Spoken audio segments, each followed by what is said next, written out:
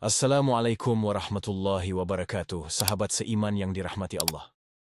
Video ini dibuat dengan tujuan agar kita bisa memetik ad-durus wal ibar, pelajaran-pelajaran berharga, dari perjalanan hidup Khalifah Agung Utsman bin Affan radhiyallahu anhu. Kisah beliau bukan hanya sekadar sejarah, tetapi juga cermin untuk memahami bagaimana seorang pemimpin sejati menghadapi badai ujian dan fitnah besar.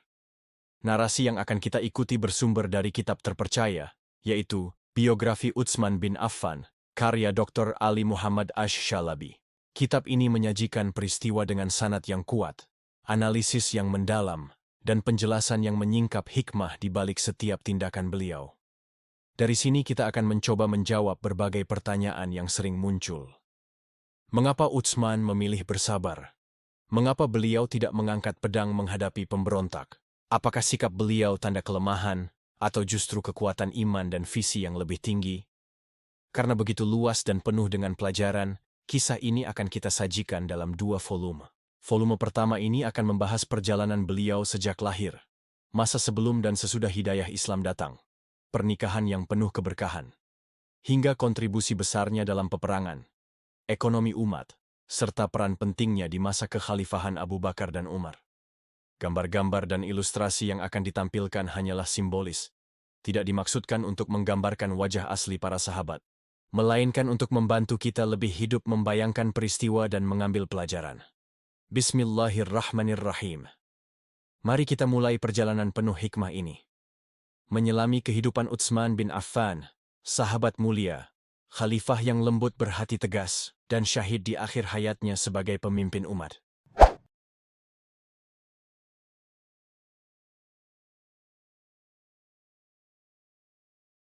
Di lembah Makkah, kota yang dikelilingi bukit-bukit tandus, namun dijadikan mulia karena keberadaan Ka'bah, sejak zaman Nabi Ibrahim alaihissalam, lahirlah seorang anak dari keluarga terhormat Bani Umayyah. Dialah Utsman bin Affan bin Abil Ash bin Umayyah, seorang pemuda Quraisy yang kelak akan dikenal dengan julukan abadi, Dzul Nurain, pemilik 2 cahaya. Ayahnya Affan adalah pedagang kaya dan terhormat. Meski ia wafat ketika Utsman masih kecil, nama besar keluarga tetap mengangkat kedudukannya. Sementara ibunya, Arwa binti Quraisy, berasal dari keturunan mulia yang bersambung dengan keluarga Rasulullah. Lebih dari itu, ada ikatan yang semakin menambah kemuliaannya. Ibunya adalah keponakan dari Ummu Hakam al-Baida binti Abdul Muttalib, bibi Rasulullah.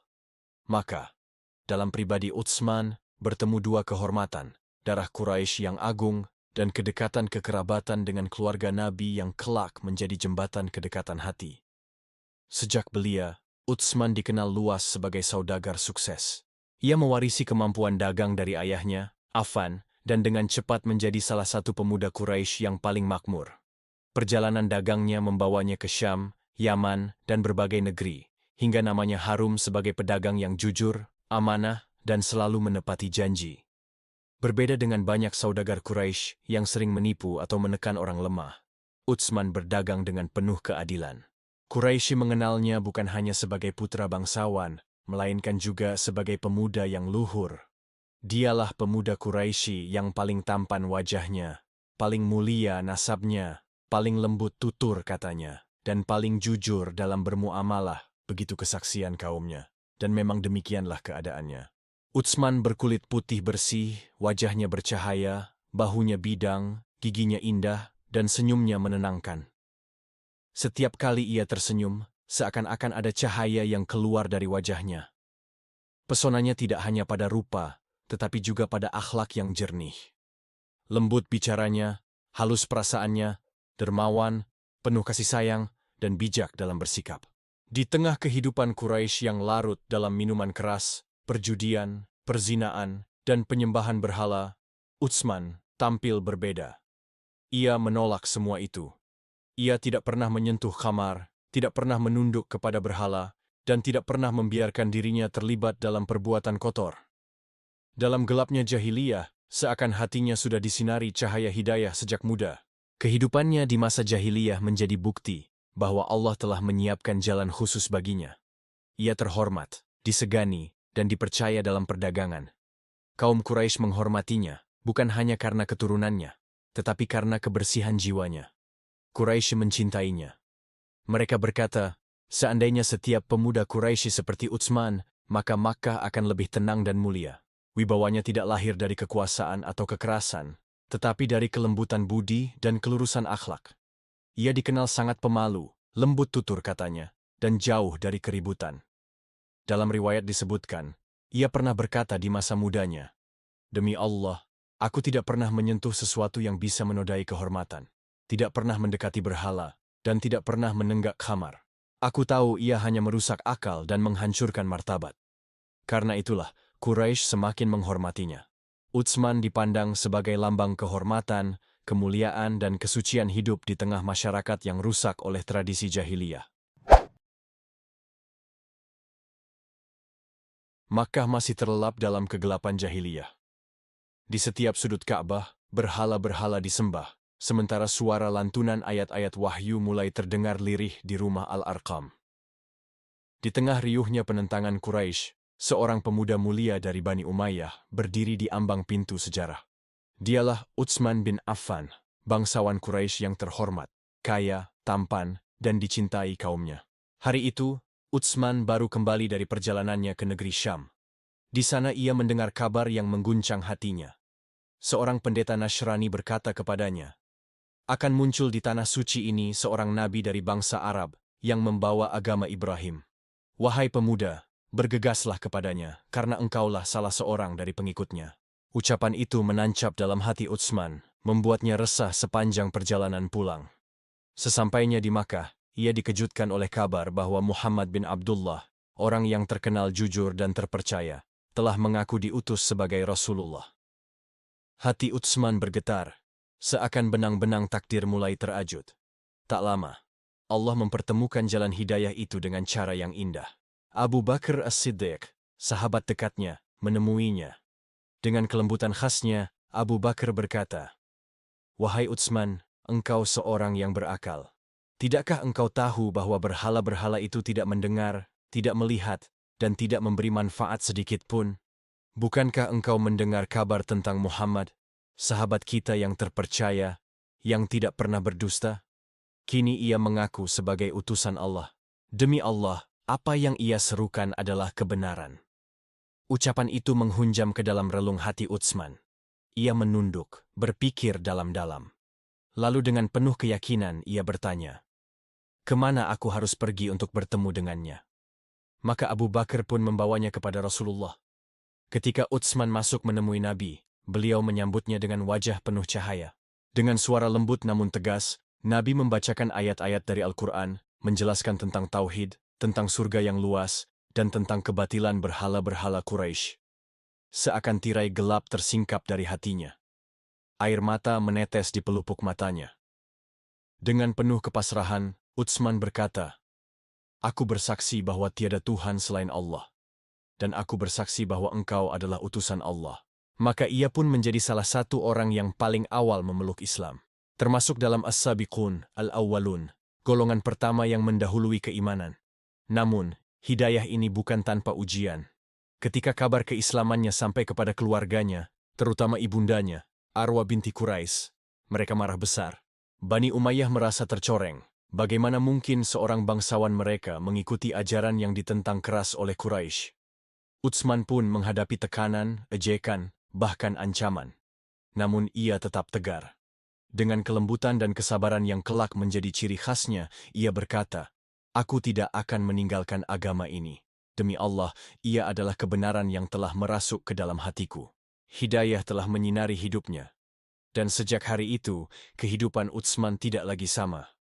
Dari seorang bangsawan yang dimuliakan Quraisy, ia kini menjadi seorang mukmin yang siap menanggung beban dakwah bersama Rasulullah.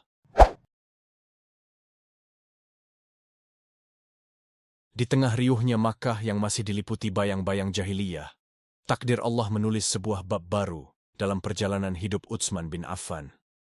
Dengan hati yang tulus dan keteguhan yang mantap, ia memeluk Islam, menerima cahaya kebenaran yang membimbing setiap langkahnya. Setelah itu Allah menganugerahkan kepadanya kemuliaan yang agung, menjadi menantu Rasulullah melalui pernikahan dengan putri beliau, Ruqayyah binti Muhammad. Ruqayyah, putri kedua Rasulullah dari Khadijah radhiyallahu anha, adalah wanita mulia, lembut, dan penuh kesabaran. Sebelum cahaya Islam datang, ia telah dinikahkan oleh keluarganya dengan salah satu putra Abu Lahab. Namun ketika wahyu turun dan Abu Lahab menjadi musuh terkeras dakwah, pernikahan itu berakhir dengan penghinaan. Ruqayyah diceraikan dalam keadaan terluka, dipaksa meninggalkan rumah tanpa kehormatan. Tapi Allah Maha Penyayang. Ia mengganti luka itu dengan kemuliaan yang jauh lebih agung. Riwayat menyebutkan, tatkala Utsman melamar Ruqayyah, Rasulullah menerimanya dengan penuh keridaan. Beliau berkata kepada putrinya dengan suara penuh kasih, "Wahai Ruqayyah, inilah Utsman. Demi Allah, ia adalah orang yang paling mirip denganku dalam akhlak dan kelembutannya." Sejak hari itu, rumah tangga mereka menjadi salah satu rumah yang paling indah di Makkah. Mereka menyatu bukan hanya dengan cinta, tetapi juga dengan iman. Dalam sebuah kesempatan, sahabat-sahabat berkata tentang mereka, "Kami belum pernah melihat pasangan yang lebih indah daripada Utsman dan Ruqayyah." Sementara itu ketika cahaya Islam mulai menyinari hati-hati manusia, Quraisy tidak tinggal diam. Mereka menyalakan bara kebencian, menyiksa kaum muslimin dengan kejam, berusaha memadamkan cahaya yang telah Allah nyalakan. Di antara yang merasakan pahitnya tekanan itu adalah Utsman bin Affan, pamannya sendiri, Al-Hakam bin Aba al-As. Ibnu Asakir meriwayatkan bahwa Al-Hakam bin Aba al-As pernah menangkap Utsman, mengikatnya dengan tali, lalu memukulnya hingga ia pingsan. "Wahai Utsman," teriak pamannya dengan amarah yang membara, "apakah engkau akan tinggalkan agama leluhurmu untuk mengikuti Muhammad dan ajarannya yang memecah belah?" Dalam keadaan tubuh penuh luka, Utsman membuka matanya perlahan. Dengan suara lemah namun tegas, ia menjawab, "Demi Allah, aku tidak akan meninggalkan agama ini. Aku tidak akan meninggalkan Muhammad. Apapun yang kalian lakukan, imanku tak akan goyah." Penyiksaan Quraisy pun semakin meluas. Para sahabat Nabi dilempar di padang pasir, diikat di bawah teriknya matahari, dipukul, dicambuk, bahkan ada yang gugur sebagai syuhada. Di tengah tekanan itu, Rasulullah memberi keputusan yang penuh hikmah. "Seandainya kalian keluar menuju bumi Habasyah, karena di sana ada seorang raja yang tidak menzalimi siapapun, dan di sisi beliau ada keamanan, tinggallah kalian di sana hingga Allah memberikan jalan keluar bagi kalian." Maka Utsman bin Affan bersama istrinya, Ruqayyah binti Rasulullah, termasuk dalam rombongan pertama yang berhijrah. Mereka meninggalkan Makkah demi menjaga agama dan keselamatan. Rasulullah bersabda tentang keduanya, "Sesungguhnya mereka berdua adalah orang pertama yang berhijrah di jalan Allah setelah Lut alaihissalam." Namun, setelah beberapa waktu berada di Habasyah, Utsman bin Affan radhiyallahu anhu menerima kabar dari Makkah. Ia mendengar tentang keadaan keluarga, sahabat, dan perkembangan masyarakat Muslim yang masih berada di tanah kelahirannya. Dengan hati yang mantap dan iman yang teguh, Utsman memutuskan untuk kembali ke Makkah sementara waktu, menjaga urusan keluarga dan harta yang ditinggalkannya. Ia tidak gentar menghadapi kemungkinan ancaman, karena hatinya teguh pada Allah dan sunnah Nabi. Dalam perjalanan pulang, para sahabat yang menemaninya bertanya, "Apakah engkau tidak khawatir dengan penyiksaan Quraisy yang pernah menimpa kita?" Utsman menjawab dengan tegas, "Keteguhan iman lebih berharga daripada ketenangan dunia. Selama Allah menyertai langkah kita, tiada yang perlu ditakuti." Sesampainya di Makkah, Utsman tetap menegakkan salat, menjaga diri dari perbuatan syirik dan kemungkaran, serta berinteraksi dengan keluarga dan sahabat dengan penuh hikmah. Kembalinya ke Makkah ini hanyalah sementara, karena tak lama kemudian datang perintah Rasulullah untuk hijrah ke Madinah, tempat di mana umat Islam bisa membangun komunitas yang aman dan menegakkan agama Allah tanpa takut ancaman Quraisy. Perintah ini disampaikan dengan sabda penuh hikmah, "Pergilah kalian menuju Madinah. Di sana, kalian akan menemukan keamanan dan kesempatan untuk menegakkan agama Allah." Utsman mendengarkan dengan seksama. Dengan langkah mantap, ia menyiapkan diri bersama Ruqayyah binti Rasulullah. Mereka meninggalkan tanah kelahiran, mengikat janji dalam hati untuk menegakkan iman dan ketaatan kepada Allah, serta menjaga sunnah Rasulullah.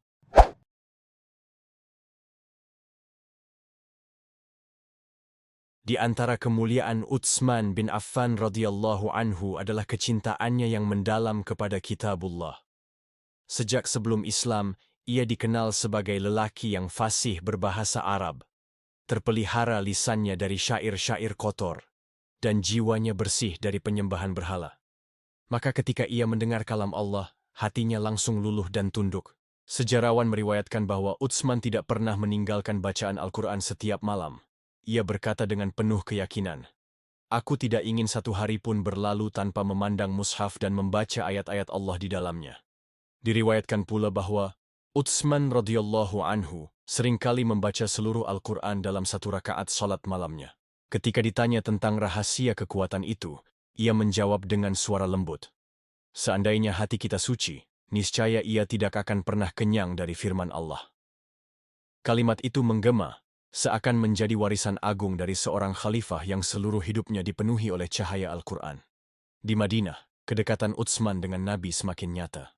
Ia tinggal dekat Rasulullah, menghadiri majelis, mendengarkan nasihat dan belajar langsung dari beliau. Para sahabat menyaksikan ketulusan dan kesungguhan hatinya. Disebutkan bahwa Utsman seringkali hadir dalam majelis Nabi, duduk dengan penuh adab, matanya menunduk, mendengarkan dengan seksama setiap kalimat yang keluar dari lisan mulia beliau. Dalam salah satu pertemuan, Rasulullah bersabda tentang Utsman di hadapan para sahabat, "Tidakkah aku merasa malu kepada seorang lelaki yang para malaikat pun merasa malu kepadanya?" Para sahabat tertegun.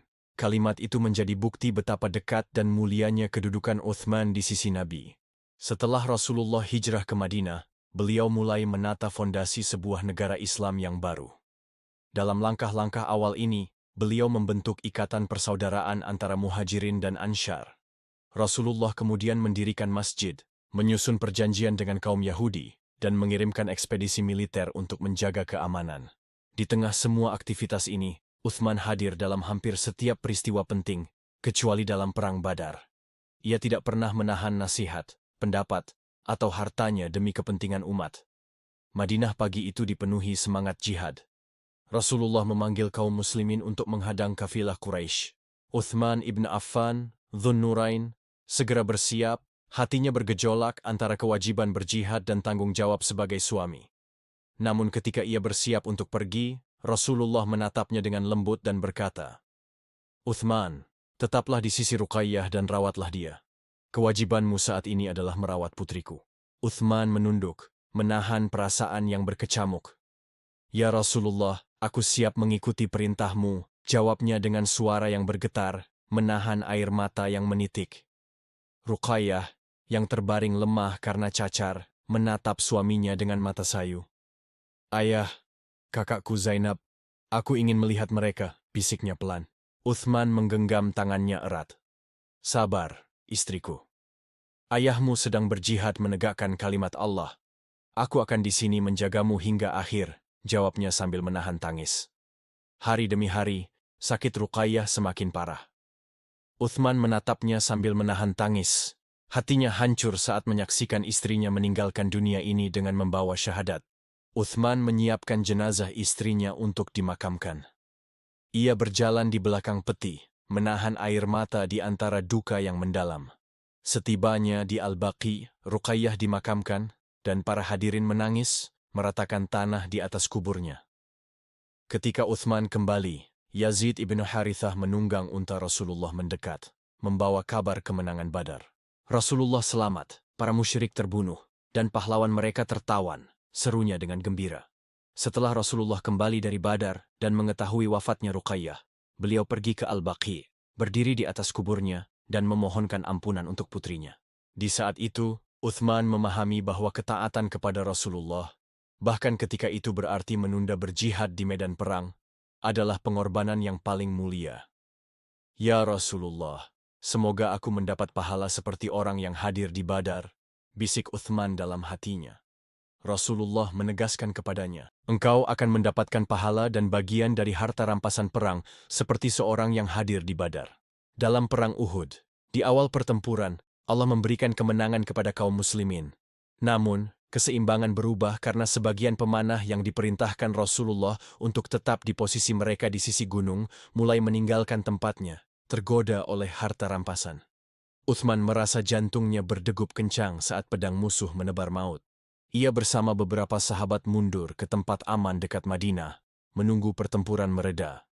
Dalam keheningan, Uthman berdiri sambil menatap medan perang dari jauh, hatinya berat. Ya Allah, aku tidak meninggalkan jihad karena takut, tapi demi keselamatan diri dan sahabat yang tersisa, bisiknya dalam hati. Allah menegaskan dalam Al-Quran, orang-orang yang berpaling di hari bertemunya kedua pasukan, itu karena godaan syaitan atas sebagian dosa yang mereka perbuat. Namun Allah mengampuni mereka. Sesungguhnya Allah Maha Pengampun, Maha Penyantun. Al-Imran 3:155. Orang-orang yang hanya mengikuti hawa nafsunya sering menuding Uthman, seolah ia satu-satunya yang mundur. Tapi Allah telah menghapus segala salahnya. Keberanian Uthman dalam jihad sepanjang hidupnya tetap menjadi saksi bagi keteguhan hatinya. Setelah itu, Rasulullah memimpin beberapa ekspedisi. Dalam kampanye Ghatafan, Dhu Imr, beliau memimpin 400 sahabat, meninggalkan Uthman ibn Affan di Madinah untuk memimpin kota dan menjaga keamanan, menegaskan betapa besar kepercayaan beliau kepada sahabat yang dermawan dan bijaksana itu. Beberapa waktu kemudian, peristiwa Bai'at al-Radwan berlangsung di Al-Hudaybiyah. Rasulullah menilai penting untuk mengirim utusan kepada Quraisy, agar mereka tahu bahwa beliau tidak datang untuk berperang, melainkan ingin menghormati tanah suci dan melaksanakan umrah. Utusan pertama yang dipilih adalah Kharash ibn Umayyah al-Khuzai. Namun saat tiba di Makkah, Quraisy membunuh untanya dan nyaris membunuh Kharash, jika bukan karena campur tangan suku Ahabish. Rasulullah pun ingin mengirim utusan kedua dan awalnya memilih Umar ibn al-Khattab. Umar menunduk dengan hati-hati. Ya Rasulullah, aku takut menghadapi Quraisy sendiri. Mereka mengetahui permusuhanku terhadap mereka, dan tidak ada satu pun dari Banu Uday yang dapat melindungiku. Kirimlah Uthman ibn Affan, dia memiliki banyak kerabat di Makkah, dan mereka bisa memberinya perlindungan hingga aman menyampaikan pesan. Rasulullah memanggil Uthman. Pergilah ke Quraisy, sampaikan kepada mereka bahwa kami tidak datang untuk berperang, tetapi hanya sebagai tamu di rumah suci ini. Kami akan membawa hewan kurban, menyembelihnya, lalu kembali ke Madinah. Uthman menerima tugas itu. Ia menunggangi unta menuju Makkah. Ia memasuki Makkah di bawah perlindungan Aban ibn Sa'id ibn al-As. Uthman menemui setiap pemimpin Quraisy satu persatu menyampaikan pesan Rasulullah meski mereka tetap menolak. Kemudian mereka menawarkan Uthman untuk melakukan tawaf di Ka'bah agar dianggap menghormati mereka. Tetapi Uthman menolak tegas hingga rumor menyebut Uthman telah terbunuh. Kabar itu mengguncang kaum muslimin. Rasulullah memanggil sahabat-sahabatnya dan bersabda, "Kami akan bersumpah setia. Kami akan berjuang menegakkan agama Allah. Tidak seorang pun akan lari dari jalannya." Rasulullah menempatkan tangan kanannya di tangan mereka dan berkata dengan lembut namun tegas, "Inilah tangan Uthman," menggenggam tangan sahabat yang tak ternilai itu dalam genggamannya, dan aku meletakkannya di tanganku. Di tangan beliau, Uthman bukan sekadar sahabat. Ia adalah wakil kepercayaan yang membawa pesan keselamatan, pengantar jalan menuju penaklukan Makkah melalui perjanjian Hudaybiyah yang dilanggar oleh Quraisy. Kemudian berlanjut pada Perang Tabuk.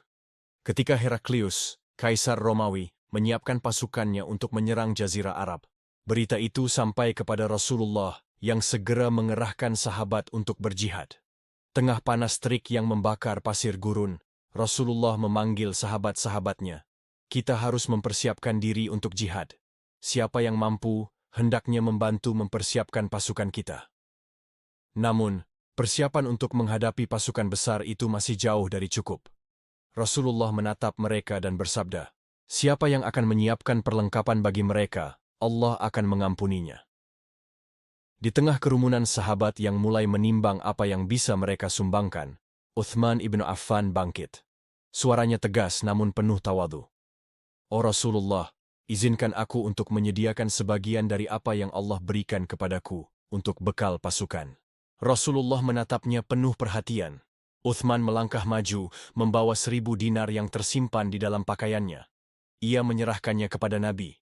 Rasulullah mengambil koin itu, memutar-mutar di tangannya, lalu berucap dengan penuh kekaguman, "Tidak ada yang akan merugikan Uthman setelah hari ini." Uthman tidak berhenti di situ. Ia terus maju, menyumbangkan 200 unta beserta perlengkapan, lalu bertambah menjadi 300 unta lagi, semuanya demi jihad di jalan Allah. Setiap kontribusinya melengkapi kebutuhan pasukan, dari tali hingga kendali hewan tunggangan. Sahabat-sahabat menatap kagum. Abdurrahman ibnu Auf berkata kemudian, "Saya hadir saat Nabi memanggil kaum muslimin untuk berinfak, dan tidak ada yang menandingi kedermawanan Uthman. Semua yang diperlukan pasukan, ia siapkan. Ia benar-benar cepat merespons panggilan Rasulullah." Setelah wafatnya Ruqayyah, hati Uthman ibn Affan hancur, namun hidup harus terus berjalan. Beberapa hari kemudian, Umar ibn al-Khattab datang menghadapnya, membawa satu usulan. "Uthman," kata Umar dengan lembut, "apakah engkau ingin menikahi Hafsah binti Umar? Suaminya telah meninggal." Uthman menunduk, terdiam sejenak. Ia teringat pesan Nabi tentang Hafsah, dan hatinya berkata ia tak boleh mengambil keputusan sendiri. Ia menjawab perlahan, "Aku akan memikirkannya." Beberapa hari kemudian, Umar menyampaikan hal itu kepada Nabi. Rasulullah tersenyum dan berkata, "Bagaimana jika aku menikahinya, dan engkau, Uthman, menikahi seseorang yang lebih baik darinya? Kulthum, putriku." Kehidupan mulai menata diri kembali bagi Uthman. Ia menikahi Kulthum pada bulan Rabi al-Awwal, tahun 3 Hijriah. Aisyah radhiyallahu anha mengenang. Ketika Nabi mengatur pernikahan putrinya Kulthum, beliau berkata kepada Aiman, "Siapkan putriku Kulthum untuk dinikahkan dengan Uthman, dan pukullah daf di hadapannya." Dan 3 hari kemudian, Nabi menengoknya dan bertanya, "Wahai putriku, bagaimana pendapatmu tentang suamimu?" Dia menjawab, "Suami terbaik." Abu Hurairah radhiyallahu anhu menambahkan, Nabi bersabda di depan masjid, "Ya Uthman, Jibril memberitahuku bahwa Allah telah menetapkan engkau menikahi Kulthum dengan mahar yang serupa dengan Ruqayyah, dan memperlakukan dia dengan kebaikan yang sama. Namun cobaan belum selesai. Pada bulan Jumada al-Akhirah, tahun 4 Hijriah, putra mereka, Abdullah, yang baru berusia 6 tahun, meninggal dunia." Kesedihan Uthman tak terlukiskan. Kemudian tak lama berselang, musibah yang lebih berat datang menimpa. Istri tercinta Kulthum telah meninggal pada bulan Sya'ban tahun 9 Hijriah akibat penyakit. Nabi sendiri memimpin salat jenazahnya dan duduk di tepi kuburnya, matanya meneteskan air mata. Uthman terlihat begitu berduka, wajahnya memancarkan kesedihan mendalam. Nabi mendekatinya dan berkata dengan lembut, "Jika Allah memberikan seorang ketiga, kami pasti akan menikahkan dia untukmu, wahai Uthman." Kata-kata itu menunjukkan cinta Nabi kepada Uthman dan loyalitas Uthman yang tak tergoyahkan kepada Rasulullah. Ia menerima takdir dengan sabar, menolak segala sikap takhayul, karena ia yakin bahwa ketentuan Allah pasti terlaksana. Meski duka melanda, hidup harus terus berjalan, dan Uthman tetap menyalurkan kekayaannya untuk kepentingan umat. Kekayaan yang Allah karuniakan kepadanya digunakan semata-mata untuk taat kepadanya dan menolong kaum muslim. Salah satu contohnya adalah sumur Bi'r Ru'umah. Ketika Nabi datang ke Madinah, beliau melihat kekurangan air bersih dan menyadari satu-satunya sumber adalah sumur Bi'r Ru'umah. Seorang lelaki dari Banu Ghifar memiliki sumur yang sama dan biasa menjual airnya per ember. Nabi menanyakan kepadanya, "Apakah kau rela menjualnya dengan imbalan surga?" Lelaki itu menjawab, "Wahai Rasulullah, aku dan keluargaku tidak memiliki apa-apa selain ini." Berita itu sampai ke telinga Uthman. Dengan tegas ia berkata, "Aku beli sumur ini dengan 35.000 dirham. Wahai Rasulullah, apakah engkau menjanjikan imbalan seperti yang engkau janjikan kepadanya?" Nabi mengangguk, "Ya." Lalu Uthman menyerahkan sumur itu untuk digunakan kaum muslimin, tanpa memikirkan keuntungan duniawi. Tidak hanya itu, ketika Nabi ingin memperluas Masjid Nabawi karena semakin banyaknya kaum muslimin yang hadir untuk sholat dan belajar, beliau bersabda, "Siapa yang membeli tanah ini dan menambahkannya ke masjid, maka baginya pahala di surga." Uthman ibnu Affan kembali mengambil peran, membeli tanah itu dengan hartanya sendiri, 20 hingga 25.000 dirham, dan menyerahkannya untuk kepentingan umat.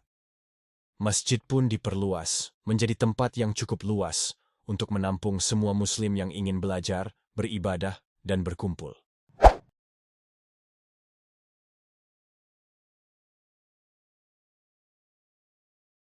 Di rumah Aisyah radhiyallahu anha, suatu saat Rasulullah sedang berbaring, sebagian tubuhnya tertutup selimut. Abu Bakar radhiyallahu anhu meminta izin masuk, dan Nabi mempersilakannya tanpa mengubah posisi. Abu Bakar berbicara dengan Nabi dan memenuhi kebutuhannya, lalu pergi. Begitu pula Umar radhiyallahu anhu, yang juga diterima Nabi tanpa bergerak dari tempatnya. Kemudian, tibalah giliran Uthman ibn Affan radhiyallahu anhu. Nabi duduk dan merapikan pakaiannya sebelum mempersilakan Uthman masuk. Setelah selesai berbicara, Aisyah bertanya dengan rasa ingin tahu, "Ya Rasulullah, mengapa engkau tidak bergerak saat Abu Bakar dan Umar masuk, tetapi engkau duduk untuk Uthman?" Rasulullah tersenyum dan menjawab, "Uthman adalah orang yang pemalu. Aku khawatir jika ku beri izin dalam keadaan seperti ini, ia tidak akan menyampaikan kebutuhannya kepadaku." Dalam riwayat lain, Nabi menegaskan, "Haruskah aku tidak merasa malu kepada seorang lelaki yang bahkan para malaikat pun merasa malu darinya?" Anas ibnu Malik radhiyallahu anhu meriwayatkan bahwa Rasulullah bersabda tentang keutamaan para sahabat, "Yang paling penyayang di antara umatku adalah Abu Bakar. Yang paling tegas dalam agama Allah adalah Umar. Dan yang paling jujur dalam rasa malu adalah Uthman." Keutamaan Uthman, yakni kejujuran dan kesantunan dalam rasa malu, menegaskan sifat rendah hati yang luar biasa, yang menjadi ciri orang-orang yang dekat dengan Allah. Pada kesempatan lain, saat Nabi mendaki Gunung Uhud bersama Abu Bakar, Umar, dan Uthman, gunung itu berguncang. Nabi menenangkan dengan sabda yang menggetarkan, "Diamlah, wahai Uhud, karena tidak ada seorang pun di atasmu kecuali seorang Nabi, seorang Siddiq, dan 2 syuhada."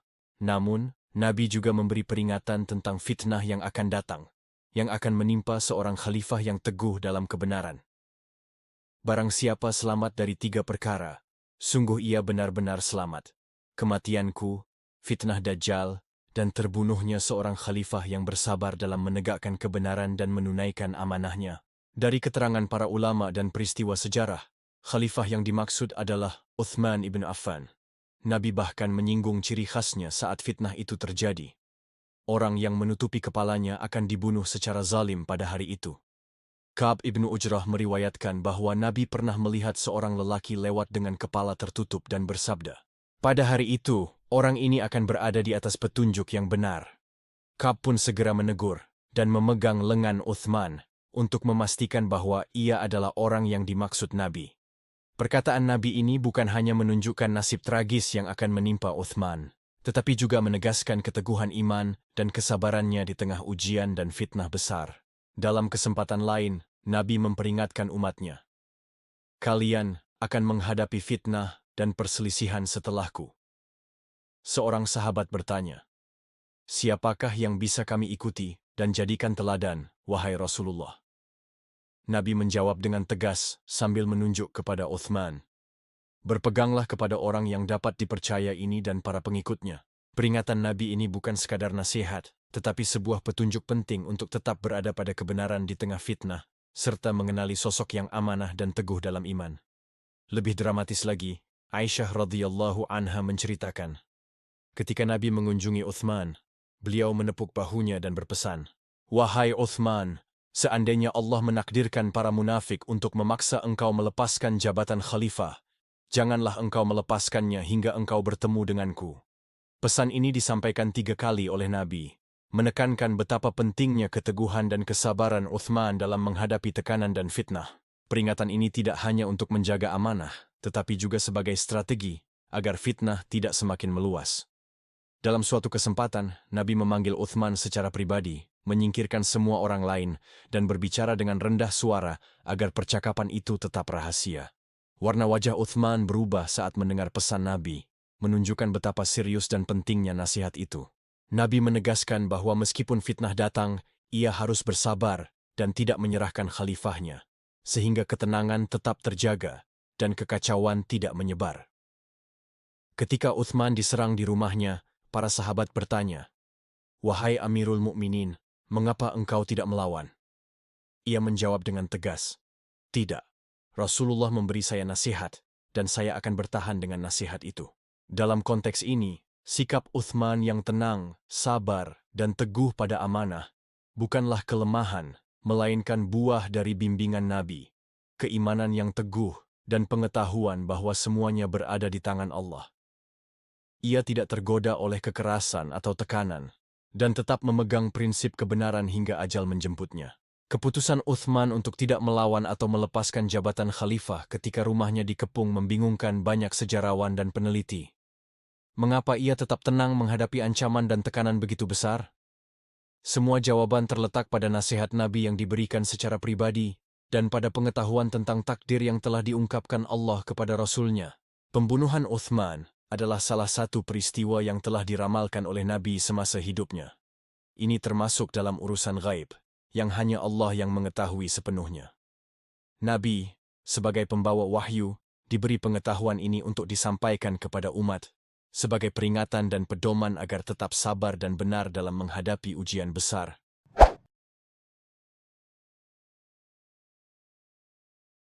Keutamaan dan kebijaksanaan Uthman tidak hanya terlihat saat fitnah dan ancaman, tetapi juga dalam peranannya sebagai penasihat dan pengambil keputusan pada masa para khalifah sebelumnya. Ketika Abu Bakar radhiyallahu anhu ingin mengangkat gubernur ke Bahrain, ia berkonsultasi dengan para sahabat. Uthman berkata, "Kirimlah seorang yang pernah Rasulullah utus ke sana, yang dikenal mereka dan yang mengenal mereka." Abu Bakar pun mengutus Al-Ala ibn al-Hadrami, yang telah dikenal sebelumnya dan kembali dengan berita bahwa wilayah itu telah memeluk Islam. Ketika Abu Bakar sakit parah dan berkonsultasi untuk memilih pengganti, para sahabat menyarankan Umar ibn al-Khattab. Uthman memuji keutamaan Umar dengan berkata, "Demi Allah, yang ku ketahui tentangnya, ia lebih baik dalam batin daripada yang tampak dari luarnya, dan tidak ada yang sepertinya." Kata-kata Uthman mendapat pengakuan Abu Bakar. "Semoga Allah merahmatimu. Demi Allah, jika engkau tidak menyebut Umar, aku pasti kecewa." Sifat dermawan dan kepedulian sosial Uthman tampak jelas pada masa Abu Bakar radhiyallahu anhu, terutama saat terjadi kemarau panjang yang membuat rakyat kesulitan pangan. Orang-orang datang ke rumahnya dan berkata, "Kami mendengar bahwa engkau memiliki persediaan makanan. Jualilah kepada kami agar kami bisa menyalurkannya kepada kaum miskin." Uthman menjawab dengan penuh kemurahan, "Silakan datang dan beli."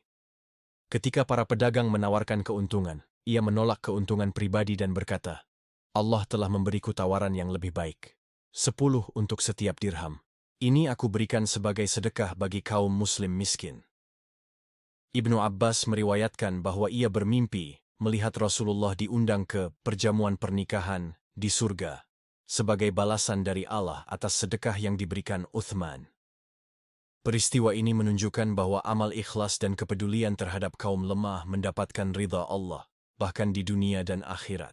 Pada masa Khalifah Umar, selain menjadi penasihat terpercaya, Uthman memainkan peran penting dalam administrasi keuangan dan pengelolaan kekayaan negara. Ia mengusulkan sistem pencatatan, diwan, agar distribusi harta tetap tertata rapi dan tidak cepat habis. Ide ini disetujui oleh Umar dan kemudian diterapkan menjadi dasar administrasi negara yang efisien. Uthman juga memberikan saran penting dalam penetapan kalender Hijriyah. Ia menyarankan agar tahun baru Islam dimulai dari bulan Muharram, bulan suci pertama dalam penanggalan, yang disetujui oleh Umar dan para sahabat. Selain itu, Uthman mendukung keputusan Umar terkait kharaj, pendapatan dari tanah taklukan, agar tanah yang ditaklukkan tetap menjadi sumber pendapatan umat Islam, dan tidak dibagi-bagi secara pribadi oleh para penakluk. Dengan semua peran ini, Uthman terbukti sebagai penasihat bijak, dermawan, dan visioner yang membantu Umar menjalankan kepemimpinan dengan adil dan terstruktur. Demikianlah perjalanan awal kehidupan Utsman bin Affan radhiyallahu anhu, pemilik dua cahaya, menantu Rasulullah yang penuh kelembutan, ketampanan, dan kemuliaan. Namun, kisah agung ini belum berakhir. Karena itu, jangan lupa menekan tombol lonceng untuk mendapatkan notifikasi agar tidak ketinggalan volume 2, Utsman bin Affan, Sang Khalifah, di tengah fitnah yang mengguncang umat. Saksikan kisahnya, dan ambillah pelajaran dari sejarah yang penuh cahaya sekaligus ujian ini.